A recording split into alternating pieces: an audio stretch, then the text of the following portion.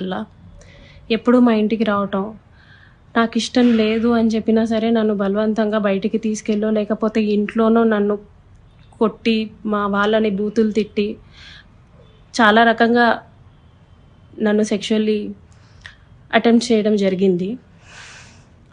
నాకు తెలియని విషయం ఏంటంటే, ఆయన నాకు తెలియకుండా మా వాళ్ళ నెంబర్స్, మా వాళ్ళ కాంటాక్ట్ డీటెయిల్స్, ఇంటి అడ్రస్లు ఇవన్నీ కనుక్కొని నా భర్తకి కాల్ చేసి, "నువ్వు ఆ పిల్లకి విడాకులు ఇవ్వాలి. విడాకులు ఖచ్చితంగా ఇవ్వాలి. లేకపోతే నిన్ను, నీ ఫ్యామిలీని, నీ కొడుకుని ఎవరిని వదలను. అందరినీ చంపేస్తాను" అనేసి బెదిరించడం జరిగిందంట. ఇది నాకు తెలీదు. ఈ విషయం నాకు తెలీదు. నా భర్త నన్ను తర్వాత కాల్ చేసి అసలు ఏం జరుగుతుంది అక్కడ అనేసి అన్నారు. ఇలా జరుగుతుంది అనేసి నేను మా ఇంట్లో వాళ్ళకి చెప్పాను. ఇలా రోజు ఇంటికి వస్తున్నాడు, నన్ను కొడుతున్నాడు, నన్ను టార్చర్ చేస్తున్నాడు, ఫిజికల్లీ నన్ను చాలా వాడుకుంటున్నాడు అనేసి నేను చెప్పి ఏడ్చాను. వాళ్ళందరూ నాకు దూరం అయిపోయారు. నీ ఇష్టం వచ్చింది నువ్వు చేసుకో అనేసి నన్ను తిట్టేసి నాకు చాలా దూరం అయిపోయారు.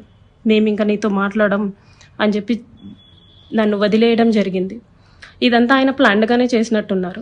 మా వాళ్ళందరినీ నాకు దూరం చేయాలి అన్న ఒక ఉద్దేశంతో చేసినట్టున్నారు. వాళ్ళందరూ నన్ను దూరంగా వదిలేశారు. మా ఆయన మా బాబుని తీసుకెళ్ళిపోయాడు. నేను ఒక్కదాన్నే ఉంటూ వచ్చాను. గత 6 నెలలుగా నేను ఒక్కదాన్నే ఉంటూ వచ్చాను. నా ఒంటరితనాన్ని, నాకు పేరెంట్స్ లేరు, అమ్మ నాన్న లేరు అడగడానికి, చేయడానికి. అమ్మ నాన్న లేరు. అతను నాకు అష్యూరెన్స్ ఇస్తూనే వచ్చాడు, మ్యారేజ్ చేసుకుంటాను ఎక్సెట్రా అని చెప్పి. ఇలా వీళ్ళందరూ దూరం అయిపోయి నా గురించి ఎవ్వరూ అడగడానికి కూడా లేరు అని ఆయనకి ఒక క్లారిటీ వచ్చిన తర్వాత ఈ 1.5 year నాతో ఉండి నన్ను ఇష్టం వచ్చినట్టు సెక్షువల్లీ వాడుకొని, లిటరల్లీ నన్ను కొట్టి బలవంతంగా చాలా అంటే చాలా సార్లు చేసి January 7, 2026 ఒక 20 days ముందు, నేను నిన్ను పెళ్లి చేసుకోను, నువ్వేం చేసుకుంటావో చేసుకో, నీ ఇష్టం వచ్చింది చేసుకో, నీ దిక్కున్న చోటు చెప్పుకో, నీ గురించి ఎవడొస్తాడో నేను చూస్తాను, నేను మాట్లాడతాను అనేసి నాకు చెప్పడం జరిగిందండి.